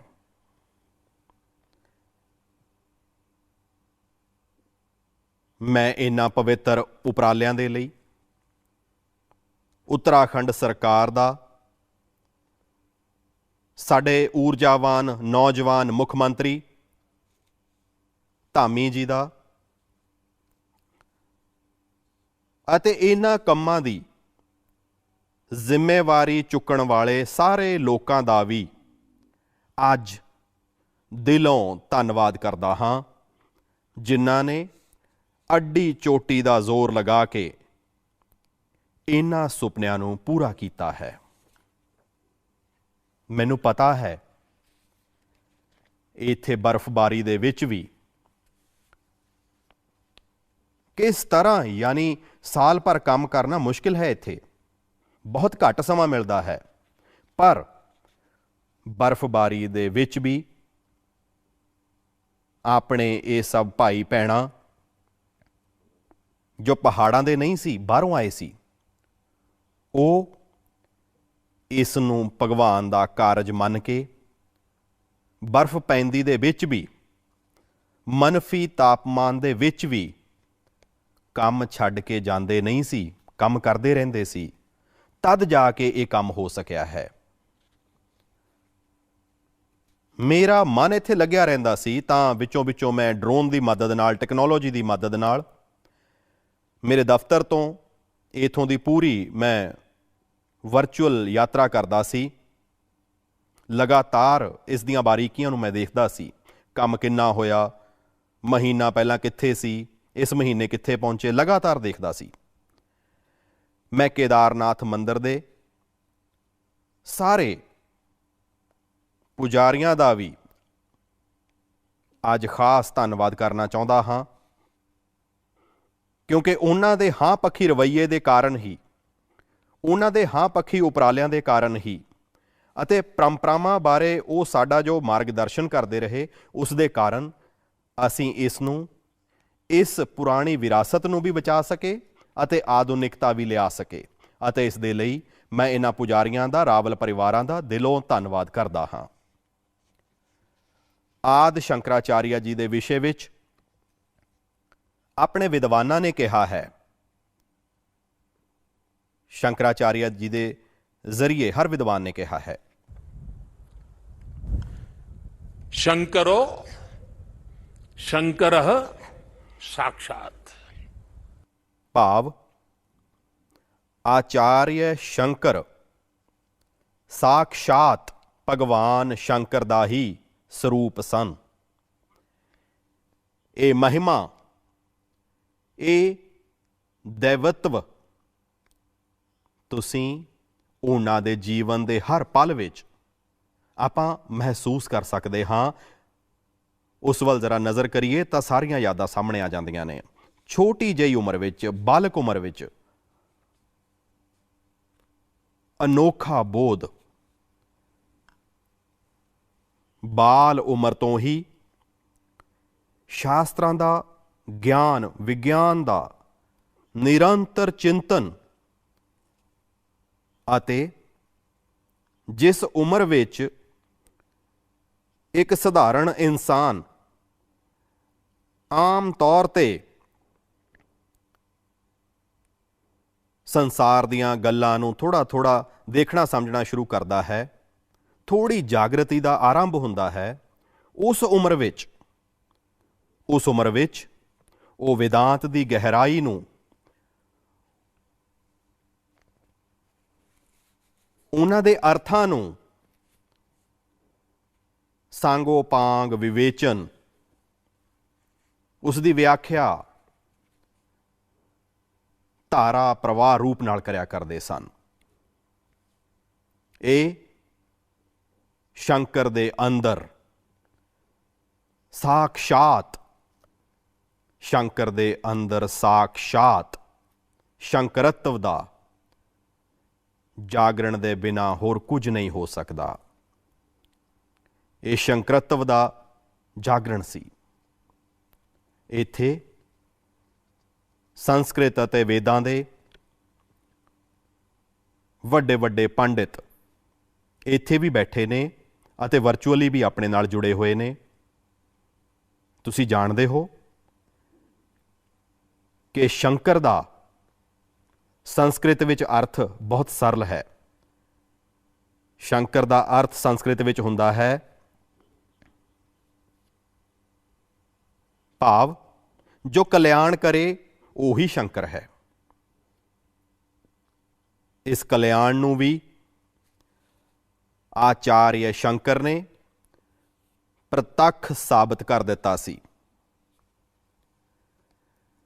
ਉਹਨਾਂ ਦਾ ਪੂਰਾ ਜੀਵਨ ਜਿੰਨਾ ਗੈਰ ਮਾਮੂਲੀ ਸੀ, ਓਨਾ ਹੀ ਉਹ ਜਨ ਸਧਾਰਨ ਦੇ ਕਲਿਆਣ ਦੇ ਲਈ ਸਮਰਪਿਤ ਸਨ। ਭਾਰਤ ਅਤੇ ਵਿਸ਼ਵ ਦੇ ਕਲਿਆਣ ਦੇ ਲਈ ਹਰ ਵੇਲੇ ਆਪਣੀ ਚੇਤਨਾ ਨੂੰ ਸਮਰਪਿਤ ਕਰਦੇ ਰਹਿੰਦੇ ਸੀ। ਜਦੋਂ ਭਾਰਤ ਰਾਗ ਦਵੇਸ਼ ਦੀ ਘੁੰਮਣ ਘੇਰੀ ਵਿੱਚ ਫਸ ਕੇ ਆਪਣੀ ਏਕਤਾ ਨੂੰ ਗੁਆ ਰਿਹਾ ਸੀ, ਤਦ ਯਾਨੀ ਕਿੰਨਾ ਦੂਰ ਦਾ ਸੰਤ ਦੇਖਦੇ ਹਾਂ। ਤਦ ਸ਼ੰਕਰਾਚਾਰਿਆ ਜੀ ਨੇ ਕਿਹਾ ਸੀ, नमे द्वेष रागो, नमे द्वेष रागो, नमे लोभ मोह, मदो नैव मैं नैव मात्सर्य भाव। ਭਾਵ ਰਾਗ द्वेष, ਲੋਭ ਮੋਹ, ਈਰਖਾ, ਹੰਕਾਰ, ਇਹ ਸਭ ਆਪਣਾ ਸੁਭਾਅ ਨਹੀਂ ਹੈ। ਜਦ ਭਾਰਤ ਦੀ ਜਾਤ ਪੰਥ ਦੀਆਂ ਹੱਦਾਂ ਤੋਂ ਪਾਰ ਦੇਖੇਗੀ, ਸ਼ੰਕਿਆਂ ਭੁਲੇਖਿਆਂ ਤੋਂ ਉੱਪਰ ਉੱਠਣ ਦੀ ਮਾਨਵ ਜਾਤ ਨੂੰ ਲੋੜ ਸੀ, ਤਦ ਸਮਾਜ ਵਿੱਚ ਚੇਤਨਾ ਭਰੀ ਅਤੇ ਆਦਿ ਸ਼ੰਕਰ ਨੇ ਕਿਹਾ, नमे मृत्यु शंका, नमे जाति भेद। ਭਾਵ ਨਾਸ਼ ਵਿਨਾਸ਼ ਦੇ ਸ਼ੰਕੇ, ਜਾਤ ਪਾਤ ਦੇ ਭੇਦ ਭਾਵ ਨਾਲ ਆਪਣੀ ਪਰੰਪਰਾ ਦਾ ਕੋਈ ਲੈਣਾ ਦੇਣਾ ਨਹੀਂ ਹੈ, ਹਿੱਸਾ ਨਹੀਂ ਹੈ। ਆਪਾਂ ਕੀ ਹਾਂ, ਆਪਣਾ ਦਰਸ਼ਨ ਅਤੇ ਵਿਚਾਰ ਕੀ ਹੈ, ਇਹ ਦੱਸਣ ਦੇ ਲਈ ਆਦਿ ਸ਼ੰਕਰ ਨੇ ਕਿਹਾ, चिदानंद रूप, चिदानंद रूप शिवोहम शिवोहम, चिदानंद रूप शिवोहम शिवोहम। ਭਾਵ ਆਨੰਦ ਸਰੂਪ ਆਪਾਂ ਹੀ ਹਾਂ, ਜੀਵਤਵ ਤੋਂ ਹੀ ਸਿਵਤਵ ਹੈ। ਅਤੇ ਅਦਵੈਤ ਦਾ ਸਿਧਾਂਤ ਕਦੇ-ਕਦੇ ਅਦਵੈਤ ਦੇ ਸਿਧਾਂਤ ਨੂੰ ਸਮਝਾਉਣ ਦੇ ਲਈ ਵੱਡੇ ਵੱਡੇ ਗ੍ਰੰਥਾਂ ਦੀ ਲੋੜ ਪੈਂਦੀ ਹੈ। ਮੈਂ ਤਾਂ ਐਡਾ ਵਿਦਵਾਨ ਨਹੀਂ ਹਾਂ। ਮੈਂ ਤਾਂ ਸਰਲ ਭਾਸ਼ਾ ਵਿੱਚ ਇੰਨੀ ਗੱਲ ਸਮਝਦਾ ਹਾਂ ਅਤੇ ਮੈਂ ਇੰਨੇ ਹੀ ਕਹਿੰਦਾ ਹਾਂ, ਜਿੱਥੇ द्वैत ਨਹੀਂ ਹੈ ਉਹੀ ਤਾਂ ਅਦਵੈਤ ਹੈ। ਸ਼ੰਕਰਾਚਾਰਿਆ ਜੀ ਨੇ ਭਾਰਤ ਦੀ ਚੇਤਨਾ ਵਿੱਚ ਫਿਰ ਤੋਂ ਜਾਨ ਪਾਈ ਅਤੇ ਸਾਨੂੰ ਸਾਡੀ ਆਰਥਿਕ ਪਰਮਾਰਥਿਕ ਉન્નਤੀ ਦਾ ਮੰਤਰ ਦਿੱਤਾ। ਉਹਨਾਂ ਨੇ ਕਿਹਾ, ਗਿਆਨ ਵਿਹਨਾ, ਦੇਖੋ ਗਿਆਨ ਦੀ ਉਪਾਸਨਾ ਤੇ ਮਹਿਮਾ ਸਾਡੇ ਲਈ ਕਿੰਨਾ ਮਹੱਤਵ ਰੱਖਦੀ ਹੈ। ज्ञान विहीन सर्वमतेन मुक्तिम न भजति जन्मशतेन। ਭਾਵ ਦੁੱਖ, ਕਸ਼ਟ ਅਤੇ ਮੁਸ਼ਕਿਲਾਂ ਤੋਂ ਸਾਡੀ ਮੁਕਤੀ ਦਾ ਇੱਕ ਹੀ ਮਾਰਗ ਹੈ ਅਤੇ ਉਹ ਹੈ ਗਿਆਨ। ਭਾਰਤ ਦੀ ਗਿਆਨ ਦੀ, ਵਿਗਿਆਨ ਅਤੇ ਦਰਸ਼ਨ ਦੀ ਜੋ ਬਹੁਤ ਪੁਰਾਣੀ ਜੋ ਪਰੰਪਰਾ ਹੈ, ਉਸ ਨੂੰ ਆਦਿ ਸ਼ੰਕਰਾਚਾਰਿਆ ਜੀ ਨੇ ਫੇਰ ਤੋਂ ਮੁੜ ਸੁਰਜੀਤ ਕੀਤਾ, ਚੇਤਨਾ ਭਰ ਦਿੱਤੀ। ਸਾਥੀਓ, ਇੱਕ ਵੇਲਾ ਸੀ ਜਦ ਅਧਿਆਤਮ ਨੂੰ, ਧਰਮ ਨੂੰ ਸਿਰਫ ਰੂੜੀਆਂ ਨਾਲ ਜੋੜ ਕੇ ਕੁਝ ਅਜਿਹੀਆਂ ਗਲਤ ਮਰਿਆਦਾ ਅਤੇ ਕਲਪਨਾਵਾਂ ਨਾਲ ਜੋੜ ਕੇ ਦੇਖਿਆ ਜਾਣ ਲੱਗਿਆ ਸੀ। ਪਰ ਭਾਰਤੀ ਦਰਸ਼ਨ ਤਾਂ ਮਾਨਵ ਕਲਿਆਣ ਦੀ ਗੱਲ ਕਰਦਾ ਹੈ। ਜੀਵਨ ਨੂੰ ਪੂਰਨਤਾ ਦੇ ਨਾਲ, ਹੋਲਿਸਟਿਕ ਅਪਰੋਚ ਦੇ ਨਾਲ, ਹੋਲਿਸਟਿਕ ਵੇ ਨਾਲ ਦੇਖਦਾ ਹੈ। ਆਦਿ ਸ਼ੰਕਰਾਚਾਰਿਆ ਜੀ ਨੇ ਸਮਾਜ ਨੂੰ ਇਸ ਸੱਚ ਨਾਲ ਜਾਣੂ ਕਰਾਉਣ ਦਾ ਕੰਮ ਕੀਤਾ। ਉਹਨਾਂ ਨੇ ਪਵਿੱਤਰ ਮੱਠਾਂ ਦੀ ਸਥਾਪਨਾ ਕੀਤੀ, 4 ਧਾਮਾਂ ਦੀ ਸਥਾਪਨਾ ਕੀਤੀ, 12 ਜੋਤਿਰਲਿੰਗਾਂ ਦਾ ਪੁਨਰ ਜਾਗਰਤੀ ਦਾ ਕੰਮ ਕੀਤਾ।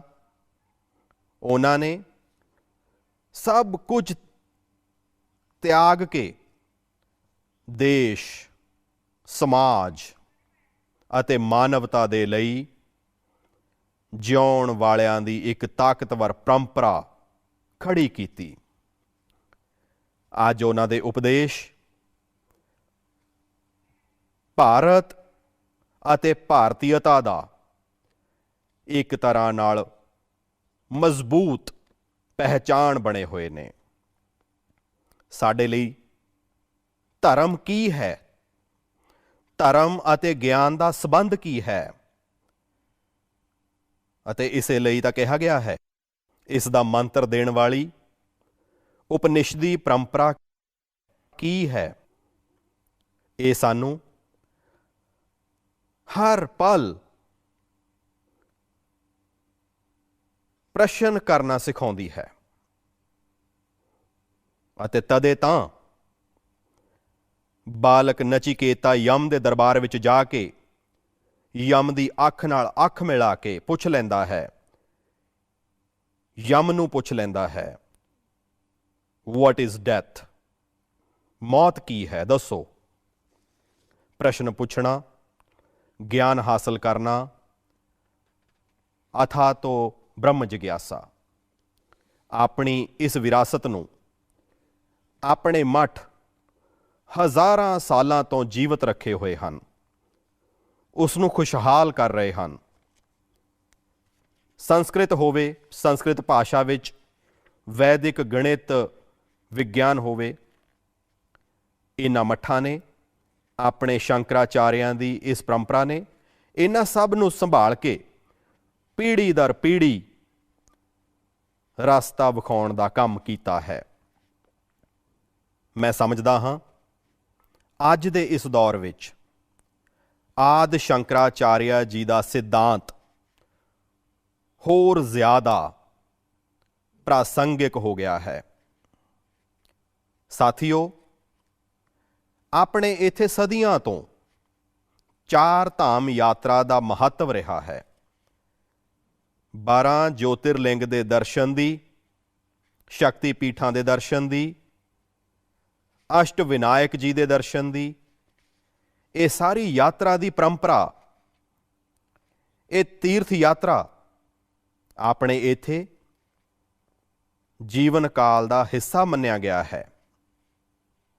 ਇਹ ਤੀਰਥ ਯਾਤਰਾ ਸਾਡੇ ਲਈ ਸਿਰਫ ਸੈਰ ਸਪਾਟਾ, ਘੁੰਮਣ ਫਿਰ ਨਹੀਂ ਹੈ।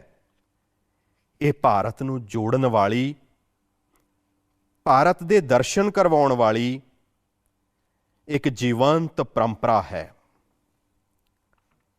ਆਪਣੇ ਇੱਥੇ ਹਰ ਕਿਸੇ ਲਈ, ਕੋਈ ਵੀ ਵਿਅਕਤੀ ਹੋਵੇ, ਉਸ ਦੀ ਇੱਛਾ ਹੁੰਦੀ ਹੈ ਕਿ ਜੀਵਨ ਵਿੱਚ ਘੱਟੋ ਘੱਟ ਇੱਕ ਵਾਰ 4 ਧਾਮ ਜ਼ਰੂਰ ਜਾਵੇ, ਦੁਆਦਸ਼ ਜੋਤਿਰਲਿੰਗ ਦਾ ਦਰਸ਼ਨ ਜ਼ਰੂਰ ਕਰ ਲਏ, ਮਾਂ ਗੰਗਾ ਵਿੱਚ ਇੱਕ ਵਾਰ ਡੁਬਕੀ ਜ਼ਰੂਰ ਲਾ ਲਵੇ। ਪਹਿਲਾਂ ਅਸੀਂ ਘਰ ਵਿੱਚ ਬੱਚਿਆਂ ਨੂੰ ਸ਼ੁਰੂ ਤੋਂ ਹੀ ਸਿਖਾਉਂਦੇ ਸੀ, ਪਰੰਪਰਾ ਸੀ, ਬੱਚਿਆਂ ਨੂੰ ਘਰ ਵਿੱਚ ਸਿਖਾਇਆ ਜਾਂਦਾ ਸੀ, सौराष्ट्रे सोमनाथ च श्रीशैले मल्लिकार्जुनम।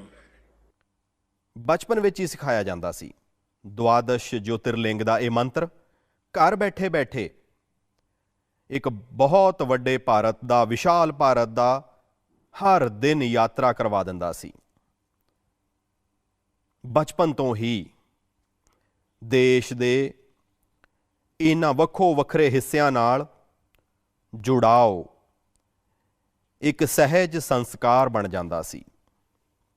ਇਹ ਆਸਥਾ, ਇਹ ਵਿਚਾਰ ਪੂਰਬ ਤੋਂ ਪੱਛਮ ਤੱਕ, ਉੱਤਰ ਤੋਂ ਦੱਖਣ ਤੱਕ ਭਾਰਤ ਨੂੰ ਇੱਕ ਜੀਵਤ ਇਕਾਈ ਵਿੱਚ ਬਦਲ ਦਿੰਦਾ ਹੈ। ਕੌਮੀ ਏਕਤਾ ਦੀ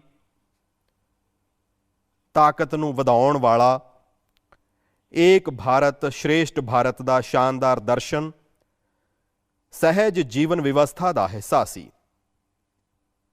ਬਾਬਾ ਕੇਦਾਰਨਾਥ ਦੇ ਦਰਸ਼ਨ ਕਰਕੇ ਹਰ ਸ਼ਰਧਾਲੂ ਇੱਕ ਨਵੀਂ ਊਰਜਾ ਲੈ ਕੇ ਜਾਂਦਾ ਹੈ। ਸਾਥੀਓ, ਆਦਿ ਸ਼ੰਕਰਾਚਾਰਿਆ ਜੀ ਦੀ ਵਿਰਾਸਤ ਨੂੰ, ਇਸ ਚਿੰਤਨ ਨੂੰ ਅੱਜ ਦੇਸ਼ ਆਪਣੇ ਲਈ ਇੱਕ ਪ੍ਰੇਰਣਾ ਦੇ ਰੂਪ ਵਿੱਚ ਦੇਖਦਾ ਹੈ। ਹੁਣ ਆਪਣੇ ਸੱਭਿਆਚਾਰ ਦੇ, ਆਪਣੀ ਇਸ ਵਿਰਾਸਤ ਨੂੰ, ਸ਼ਰਧਾ ਦੇ ਕੇਂਦਰਾਂ ਨੂੰ ਉਸੇ ਮਾਣ ਦੀ ਭਾਵਨਾ ਨਾਲ ਵੇਖਿਆ ਜਾ ਰਿਹਾ ਹੈ ਜਿਸ ਤਰ੍ਹਾਂ ਨਾਲ ਦੇਖਿਆ ਜਾਣਾ ਚਾਹੀਦਾ ਸੀ। ਅੱਜ ਅਯੋਧਿਆ ਵਿੱਚ ਭਗਵਾਨ ਸ਼੍ਰੀ ਰਾਮ ਜੀ ਦੀ ਸ਼ਾਨਦਾਰ ਮੰਦਿਰ ਪੂਰੇ ਮਾਣ ਨਾਲ ਬਣ ਰਿਹਾ ਹੈ। ਅਯੋਧਿਆ ਨੂੰ ਉਸ ਦਾ ਮਾਣ ਸਦੀਆਂ ਤੋਂ ਬਾਅਦ ਵਾਪਸ ਮਿਲ ਰਿਹਾ ਹੈ। ਹੁਣੇ 2 ਦਿਨ ਪਹਿਲਾਂ ਅਯੋਧਿਆ ਵਿੱਚ ਦੀਪ ਉਤਸਵ ਦਾ ਸ਼ਾਨਦਾਰ ਆਯੋਜਨ ਅਤੇ ਪੂਰੀ ਦੁਨੀਆ ਨੇ ਉਸ ਨੂੰ ਦੇਖਿਆ ਹੈ। ਭਾਰਤ ਦਾ ਪ੍ਰਾਚੀਨ ਸੱਭਿਆਚਾਰ ਸਰੂਪ ਕਿਸ ਤਰ੍ਹਾਂ ਦਾ ਰਿਹਾ ਹੋਵੇਗਾ, ਅੱਜ ਆਪਾਂ ਇਸ ਦੀ ਕਲਪਨਾ ਕਰ ਸਕਦੇ ਹਾਂ। ਇਸੇ ਤਰ੍ਹਾਂ ਉੱਤਰ ਪ੍ਰਦੇਸ਼ ਵਿੱਚ ਹੀ ਕਾਸ਼ੀ ਦਾ ਵੀ ਕਾਇਆਕਲਪ ਹੋ ਰਿਹਾ ਹੈ। ਵਿਸ਼ਵਨਾਥ ਧਾਮ ਦਾ ਕਾਰਜ ਬਹੁਤ ਤੇਜ਼ ਰਫ਼ਤਾਰ ਨਾਲ ਹੁਣ ਤਾਂ ਸੰਪੂਰਨਤਾ ਦੇ ਵੱਲ ਅੱਗੇ ਵਧ ਰਿਹਾ ਹੈ। ਬਨਾਰਸ ਵਿੱਚ ਸਾਰਨਾਥ, ਨੇੜੇ ਹੀ ਕੁਸ਼ੀਨਗਰ, ਬੌਧ ਗਿਆ, ਇਹਨਾਂ ਸਭ ਜਗ੍ਹਾ ਤੇ ਇੱਕ ਬੁੱਧ ਸਰਕਟ ਅੰਤਰਰਾਸ਼ਟਰੀ ਸੈਲਾਨੀਆਂ ਨੂੰ ਆਕਰਸ਼ਿਤ ਕਰਨ ਲਈ, ਸੰਸਾਰ ਦੇ ਬੁੱਧ ਦੇ ਭਗਤਾਂ ਨੂੰ ਆਕਰਸ਼ਿਤ ਕਰਨ ਦੇ ਲਈ ਬਹੁਤ ਤੇਜ਼ੀ ਨਾਲ ਕੰਮ ਚੱਲ ਰਿਹਾ ਹੈ। ਭਗਵਾਨ ਰਾਮ ਨਾਲ ਜੁੜੇ ਜਿੰਨੇ ਵੀ ਤੀਰਥ ਅਸਥਾਨ ਹਨ, ਉਹਨਾਂ ਨੂੰ ਵੀ ਜੋੜ ਕੇ ਇੱਕ ਪੂਰਾ ਸਰਕਟ ਬਣਾਉਣ ਦਾ ਕੰਮ ਵੀ ਅੱਜ ਚੱਲ ਰਿਹਾ ਹੈ। ਮਥੁਰਾ ਵਰਿੰਦਾਵਨ ਵਿੱਚ ਵੀ ਵਿਕਾਸ ਦੇ ਨਾਲ ਨਾਲ ਇੱਥੋਂ ਦੀ ਸੁੱਚਤਾ, ਪਵਿੱਤਰਤਾ ਨੂੰ ਲੈ ਕੇ ਸੰਤਾਂ ਦੀਆਂ ਭਾਵਨਾਵਾਂ ਦਾ ਵੀ ਖਿਆਲ ਰੱਖਿਆ ਜਾ ਰਿਹਾ ਹੈ ਅਤੇ ਨਾਲ ਹੀ ਆਧੁਨਿਕਤਾ ਵੱਲ ਵੀ ਮੋੜਿਆ ਜਾ ਰਿਹਾ ਹੈ। ਇੰਨਾ ਸਭ ਅੱਜ ਇਸ ਲਈ ਹੋ ਰਿਹਾ ਹੈ ਕਿਉਂਕਿ ਅੱਜ ਦਾ ਭਾਰਤ ਆਦਿ ਸ਼ੰਕਰਾਚਾਰਿਆ ਵਰਗੇ ਸਾਡੇ ਮਹਾਂ ਰਿਸ਼ੀਆਂ ਦੇ ਨਿਰਦੇਸ਼ਾਂ ਵਿੱਚ ਸਰਦਾ ਰੱਖਦੇ ਹੋਏ ਉਸ ਉੱਤੇ ਮਾਣ ਕਰਦੇ ਹੋਏ ਅੱਗੇ ਵਧ ਰਿਹਾ ਹੈ। ਸਾਥੀਓ, ਇਸ ਵੇਲੇ ਆਪਣਾ ਦੇਸ਼ ਆਜ਼ਾਦੀ ਦਾ ਅੰਮ੍ਰਿਤ ਮਹੋਤਸਵ ਵੀ ਮਨਾ ਰਿਹਾ ਹੈ। ਦੇਸ਼ ਆਪਣੇ ਭਵਿੱਖ ਦੇ ਲਈ, ਆਪਣੇ ਪੁਨਰ ਨਿਰਮਾਣ ਦੇ ਲਈ ਨਵੇਂ ਸੰਕਲਪ ਲੈ ਰਿਹਾ ਹੈ। ਅੰਮ੍ਰਿਤ ਮਹੋਤਸਵ ਦੇ ਇਹਨਾਂ ਸੰਕਲਪਾਂ ਵਿੱਚੋਂ ਆਦਿ ਸ਼ੰਕਰਾਚਾਰਿਆ ਜੀ ਨੂੰ ਆਪਾਂ ਇੱਕ ਤਰ੍ਹਾਂ ਨਾਲ ਬਹੁਤ ਵੱਡੀ ਪ੍ਰੇਰਣਾ ਦੇ ਰੂਪ ਵਿੱਚ ਵੇਖ ਸਕਦੇ ਹਾਂ।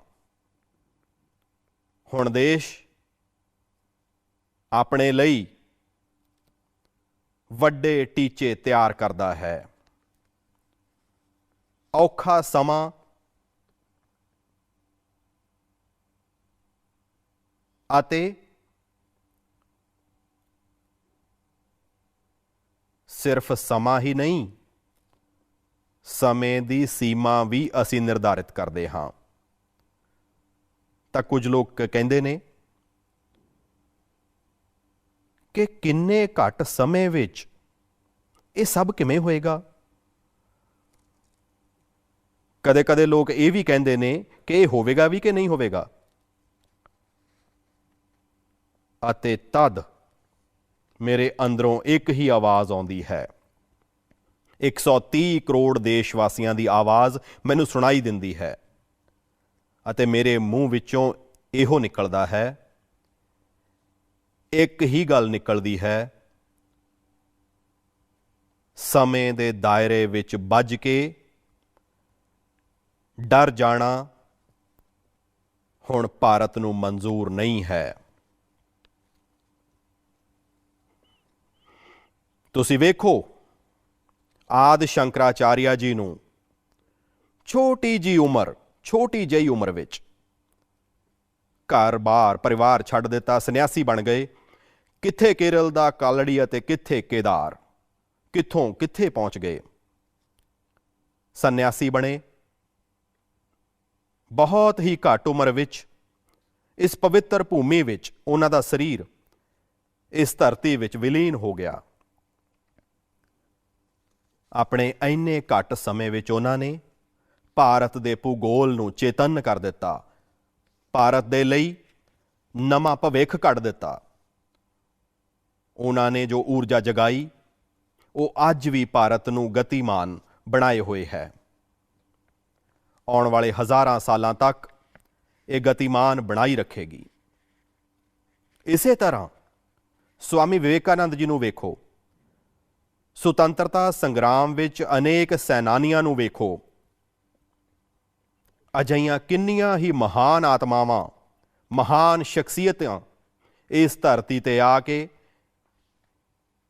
ਇੱਥੇ ਪ੍ਰਗਟ ਹੋਈਆਂ, ਜਿਨ੍ਹਾਂ ਨੇ ਸਮੇਂ ਦੀਆਂ ਸੀਮਾਵਾਂ ਦਾ ਉਲੰਘਣ ਕਰਕੇ ਛੋਟੇ ਜਿਹੇ ਕਾਲਖੰਡ ਵਿੱਚ ਕਈ ਯੁੱਗਾਂ ਨੂੰ ਘੜ ਦਿੱਤਾ।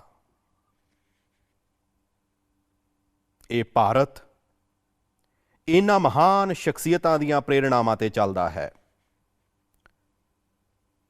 ਅਸੀਂ ਸ਼ਾਸਵਤ ਨੂੰ ਇੱਕ ਤਰ੍ਹਾਂ ਨਾਲ ਸਵੀਕਾਰ ਕਰਦੇ ਹੋਏ ਅਸੀਂ ਕਿਰਿਆਸ਼ੀਲਤਾ ਤੇ ਭਰੋਸਾ ਕਰਨ ਵਾਲੇ ਲੋਕ ਹਾਂ। ਇਸੇ ਆਤਮ ਵਿਸ਼ਵਾਸ ਨੂੰ ਲੈ ਕੇ ਦੇਸ਼ ਅੱਜ ਇਸ ਅੰਮ੍ਰਿਤ ਕਾਲ ਵਿੱਚ ਅੱਗੇ ਵਧ ਰਿਹਾ ਹੈ ਅਤੇ ਅਜਿਹੇ ਸਮੇਂ ਵਿੱਚ ਮੈਂ ਦੇਸ਼ ਵਾਸੀਆਂ ਨੂੰ ਇੱਕ ਹੋਰ ਬੇਨਤੀ ਕਰਨਾ ਚਾਹੁੰਦਾ ਹਾਂ। ਸੁਤੰਤਰਤਾ ਸੰਗਰਾਮ ਨਾਲ ਜੁੜੇ ਇਤਿਹਾਸਕ ਅਸਥਾਨਾਂ ਨੂੰ ਦੇਖਣ ਦੇ ਨਾਲ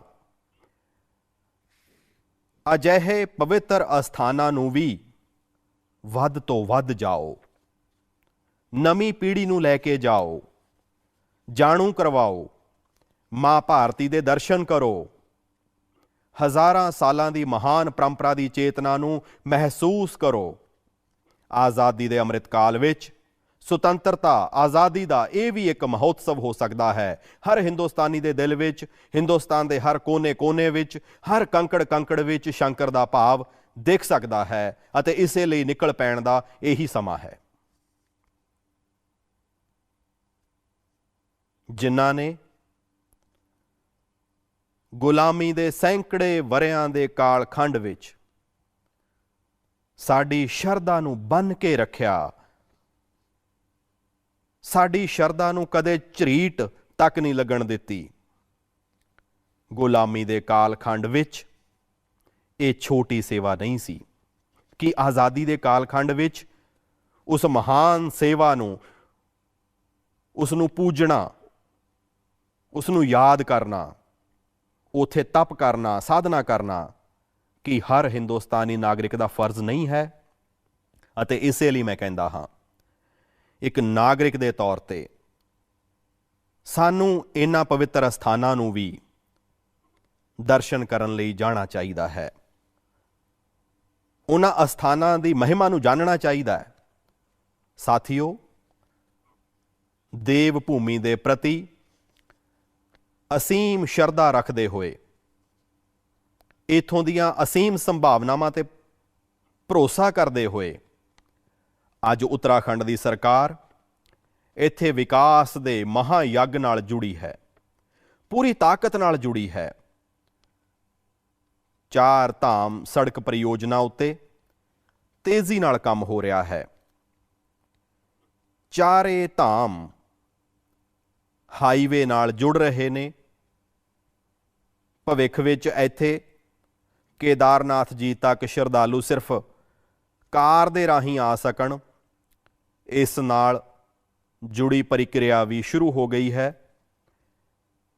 ਇੱਥੇ ਨੇੜੇ ਹੀ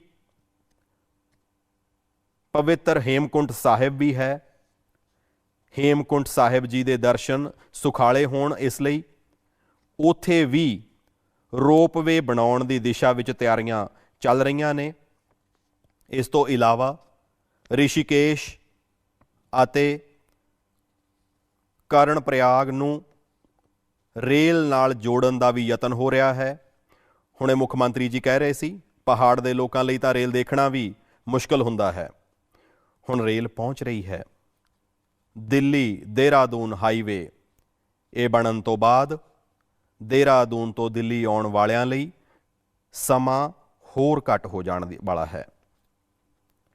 ਇਹਨਾਂ ਸਭ ਕੰਮਾਂ ਨਾਲ ਉੱਤਰਾਖੰਡ ਨੂੰ, ਉੱਤਰਾਖੰਡ ਦੇ ਸੈਰ ਸਪਾਟੇ ਨੂੰ ਬਹੁਤ ਵੱਡਾ ਲਾਭ ਮਿਲਣ ਵਾਲਾ ਹੈ। ਅਤੇ ਮੇਰੇ ਸ਼ਬਦ ਉੱਤਰਾਖੰਡ ਦੇ ਲੋਕ ਲਿਖ ਕੇ ਰੱਖ ਲੈਣ, ਜਿਸ ਤੇਜ਼ ਗਤੀ ਨਾਲ ਇਨਫਰਾਸਟ੍ਰਕਚਰ ਬਣ ਰਿਹਾ ਹੈ, ਪਿਛਲੇ 100 ਸਾਲ ਵਿੱਚ ਜਿੰਨੇ ਯਾਤਰੀ ਇੱਥੇ ਆਏ ਨੇ, ਆਉਣ ਵਾਲੇ 10 ਸਾਲ ਵਿੱਚ ਉਸ ਤੋਂ ਵੱਧ ਆਉਣ ਵਾਲੇ ਆ। ਤੁਸੀਂ ਕਲਪਨਾ ਕਰ ਸਕਦੇ ਹੋ ਇਥੋਂ ਦੀ ਅਰਥ ਵਿਵਸਥਾ ਨੂੰ ਕਿੰਨੀ ਵੱਡੀ ਤਾਕਤ ਮਿਲਣ ਵਾਲੀ ਹੈ। 21ਵੀਂ ਸਦੀ ਦਾ ਇਹ ਤੀਜਾ ਦਹਾਕਾ, ਇਹ ਉੱਤਰਾਖੰਡ ਦਾ ਦਹਾਕਾ ਹੈ। ਮੇਰੇ ਸ਼ਬਦ ਲਿਖ ਕੇ ਰੱਖਣਾ। ਮੈਂ ਪਵਿੱਤਰ ਧਰਤੀ ਤੋਂ ਬੋਲ ਰਿਹਾ ਹਾਂ। ਹਾਲ ਹੀ ਦੇ ਦਿਨਾਂ ਵਿੱਚ ਆਪਾਂ ਸਭ ਨੇ ਦੇਖਿਆ ਕਿ ਕਿਸ ਤਰ੍ਹਾਂ ਚਾਰ ਧਾਮ ਯਾਤਰਾ ਆਉਣ ਵਾਲੇ ਸ਼ਰਧਾਲੂਆਂ ਦੀ ਸੰਖਿਆ ਲਗਾਤਾਰ ਰਿਕਾਰਡ ਤੋੜ ਰਹੀ ਹੈ।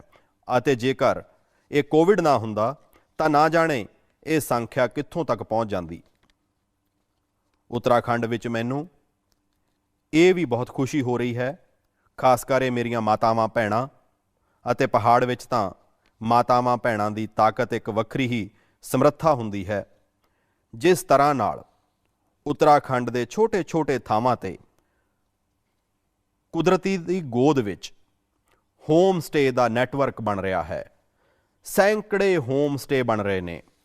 ਮਾਤਾਵਾਂ ਭੈਣਾਂ ਅਤੇ ਲੋਕ ਵੀ ਜੋ ਯਾਤਰੀ ਆਉਂਦੇ ਨੇ ਉਹ ਵੀ ਹੋਮ ਸਟੇ ਨੂੰ ਪਸੰਦ ਕਰਨ ਲੱਗੇ ਨੇ। ਰੋਜ਼ਗਾਰ ਵੀ ਮਿਲਣ ਵਾਲਾ ਹੈ, ਸਵੈ ਮਾਣ ਨਾਲ ਜਿਉਣ ਦਾ ਮੌਕਾ ਵੀ ਮਿਲਣ ਵਾਲਾ ਹੈ। ਇਥੋਂ ਦੀ ਸਰਕਾਰ ਵੀ ਜਿਸ ਤਰ੍ਹਾਂ ਵਿਕਾਸ ਦੇ ਕੰਮਾਂ ਵਿੱਚ ਜੁਟੀ ਹੈ, ਇਸ ਦਾ ਹੋਰ ਇੱਕ ਲਾਭ ਹੋਇਆ ਹੈ। ਇੱਥੇ ਅਸੀਂ ਹਮੇਸ਼ਾ ਸੁਣਦੇ ਸੀ ਕਿ ਪਹਾੜ ਦਾ ਪਾਣੀ ਤੇ ਪਹਾੜ ਦੀ ਜਵਾਨੀ ਕਦੇ ਪਹਾੜ ਦੇ ਕੰਮ ਆਉਂਦੀ ਹੀ ਨਹੀਂ। ਮੈਂ ਇਸ ਗੱਲ ਨੂੰ ਬਦਲਿਆ ਹੈ। ਹੁਣ ਪਾਣੀ ਵੀ ਪਹਾੜ ਦੇ ਕੰਮ ਆਏਗਾ, ਜਵਾਨੀ ਵੀ ਪਹਾੜ ਦੇ ਕੰਮ ਆਏਗੀ। ਪਲਾਇਨ ਰੋਕਣਾ ਹੈ। ਇੱਕ ਤੋਂ ਬਾਅਦ ਇੱਕ ਜੋ ਫੈਸਲੇ ਹੋ ਰਹੇ ਨੇ, ਪਲਾਇਨ ਰੋਕਣਾ ਹੈ। ਇਹ ਮੰਨ ਕੇ ਚੱਲੋ ਮੇਰੇ ਸਾਥੀਓ, ਮੇਰੇ ਨੌਜਵਾਨ ਦੋਸਤੋ, ਇਹ ਦਹਾਕਾ ਤੁਹਾਡਾ ਹੈ, ਉੱਤਰਾਖੰਡ ਦਾ ਹੈ, ਰੌਸ਼ਨ ਭਵਿੱਖ ਦਾ ਹੈ। ਬਾਬਾ ਕੇਦਾਰ ਦਾ ਆਸ਼ੀਰਵਾਦ ਆਪਣੇ ਨਾਲ ਹੈ। ਇਹ ਦੇਵ ਭੂਮੀ, ਮਾਤਰ ਭੂਮੀ ਦੀ ਰਾਖੀ ਕਰਨ ਵਾਲੇ ਅਨੇਕਾਂ ਬਹਾਦਰ ਧੀਆਂ ਪੁੱਤਰਾਂ ਦੀ ਇਹ ਜਨਮ ਸਥਲੀ ਵੀ ਹੈ। ਇੱਥੋਂ ਦਾ ਕੋਈ ਘਰ, ਕੋਈ ਪਿੰਡ ਅਜਿਹਾ ਨਹੀਂ ਹੈ ਜਿੱਥੇ ਬਹਾਦਰੀ ਦੀ ਕਿਸੇ ਗਾਥਾ ਦਾ ਕੋਈ ਜ਼ਿਕਰ ਨਾ ਹੋਵੇ।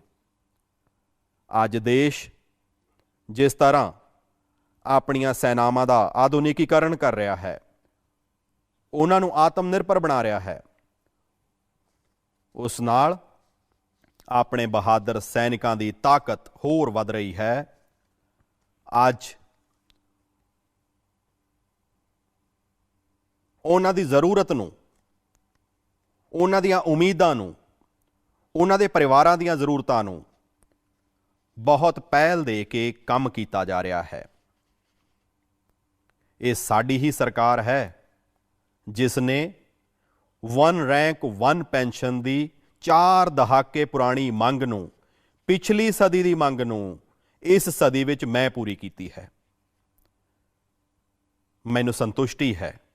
ਮੇਰੇ ਦੇਸ਼ ਦੀ ਸੈਨਾ ਦੇ ਜਵਾਨਾਂ ਦੇ ਲਈ ਮੈਨੂੰ ਸੇਵਾ ਕਰਨ ਦਾ ਮੌਕਾ ਮਿਲਿਆ। ਇਸ ਦਾ ਲਾਭ ਤਾਂ ਉੱਤਰਾਖੰਡ ਦੇ ਲਗਭਗ ਹਜ਼ਾਰਾਂ ਪਰਿਵਾਰਾਂ ਨੂੰ ਮਿਲਿਆ ਹੈ, ਸੇਵਾ ਮੁਕਤ ਸੈਨਿਕ ਪਰਿਵਾਰਾਂ ਨੂੰ ਮਿਲਿਆ ਹੈ।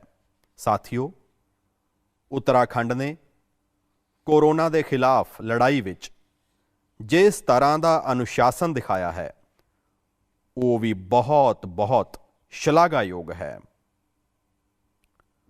ਭੂਗੋਲਿਕ ਮੁਸ਼ਕਲਾਂ ਨੂੰ ਪਾਰ ਕਰਕੇ ਅੱਜ ਉੱਤਰਾਖੰਡ ਦੇ ਲੋਕਾਂ ਨੂੰ 100% ਸਿੰਗਲ ਡੋਜ਼ ਦਾ ਟੀਚਾ ਹਾਸਲ ਕਰ ਲਿਆ ਹੈ।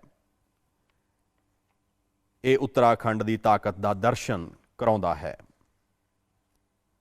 ਉੱਤਰਾਖੰਡ ਦੀ ਸਮਰੱਥਾ ਨੂੰ ਵਿਖਾਉਂਦਾ ਹੈ ਅਤੇ ਜੋ ਲੋਕ ਪਹਾੜਾਂ ਤੋਂ ਜਾਣੂ ਹਨ ਉਹਨਾਂ ਨੂੰ ਪਤਾ ਹੈ ਇਹ ਕੰਮ ਸੁਖਾਲਾ ਨਹੀਂ ਹੁੰਦਾ। ਘੰਟਿਆਂ ਬੱਧੀ ਪਹਾੜਾਂ ਦੀਆਂ ਚੋਟੀਆਂ ਤੇ ਚੜ੍ਹ ਕੇ 2 ਜਾਂ 5 ਪਰਿਵਾਰਾਂ ਨੂੰ ਵੈਕਸੀਨੇਸ਼ਨ ਦੇ ਕੇ ਰਾਤ ਭਰ ਚੱਲ ਕੇ ਘਰ ਪਹੁੰਚਣਾ ਹੁੰਦਾ ਹੈ। ਕਸ਼ਟ ਕਿੰਨਾ ਹੁੰਦਾ ਹੈ ਮੈਂ ਅੰਦਾਜ਼ਾ ਲਗਾ ਸਕਦਾ ਹਾਂ। ਉਸ ਦੇ ਬਾਅਦ ਵੀ ਉੱਤਰਾਖੰਡ ਨੇ ਇਹ ਕੰਮ ਕੀਤਾ ਹੈ। ਕਿਉਂ? ਉੱਤਰਾਖੰਡ ਦੇ ਇੱਕ ਨਾਗਰਿਕ ਦੀ ਜ਼ਿੰਦਗੀ ਬਚਾਉਣੀ ਹੈ ਅਤੇ ਇਸ ਦੇ ਲਈ ਮੁੱਖ ਮੰਤਰੀ ਜੀ ਤੁਹਾਨੂੰ ਅਤੇ ਤੁਹਾਡੀ ਟੀਮ ਨੂੰ ਮੈਂ ਵਧਾਈ ਦਿੰਦਾ ਹਾਂ। ਮੈਨੂੰ ਭਰੋਸਾ ਹੈ ਕਿ ਜਿੰਨੀਆਂ ਉਚਾਈਆਂ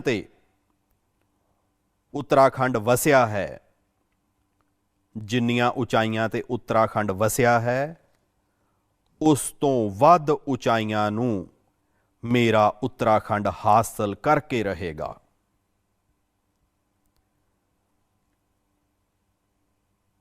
ਬਾਬਾ ਕੇਦਾਰ ਦੀ ਧਰਤੀ ਤੋਂ ਆਪ ਸਭ ਦੇ ਆਸ਼ੀਰਵਾਦ ਨਾਲ ਦੇਸ਼ ਦੇ ਕੋਨੇ-ਕੋਨੇ ਤੋਂ ਸੰਤਾਂ ਦੇ, ਮਹੰਤਾਂ ਦੇ, ਰਿਸ਼ੀਆਂ ਦੇ, ਮੁਨੀਆਂ ਦੇ, ਆਚਾਰੀਆਂ ਦੇ ਆਸ਼ੀਰਵਾਦ ਦੇ ਨਾਲ ਅੱਜ ਇਸ ਪਵਿੱਤਰ ਧਰਤੀ ਤੋਂ ਅਨੇਕ ਸੰਕਲਪਾਂ ਦੇ ਨਾਲ ਆਪਾਂ ਅੱਗੇ ਵਧੀਏ। ਆਜ਼ਾਦੀ ਦੇ ਅੰਮ੍ਰਿਤ ਮਹੋਤਸਵ ਵਿੱਚ ਦੇਸ਼ ਨੂੰ ਨਵੀਂ ਉਚਾਈ ਤੇ ਲੈ ਜਾਣ ਦਾ ਸੰਕਲਪ ਹਰ ਕੋਈ ਕਰੇ। ਦੀਵਾਲੀ ਤੋਂ ਬਾਅਦ ਇੱਕ ਨਵੀਂ ਉਮੰਗ, ਇੱਕ ਨਵੀਂ ਰੋਸ਼ਨੀ, ਇੱਕ ਨਵੀਂ ਊਰਜਾ ਆਪਾਂ ਨੂੰ ਨਵਾਂ ਕਰਨ ਦੀ ਤਾਕਤ ਦੇਵੇ।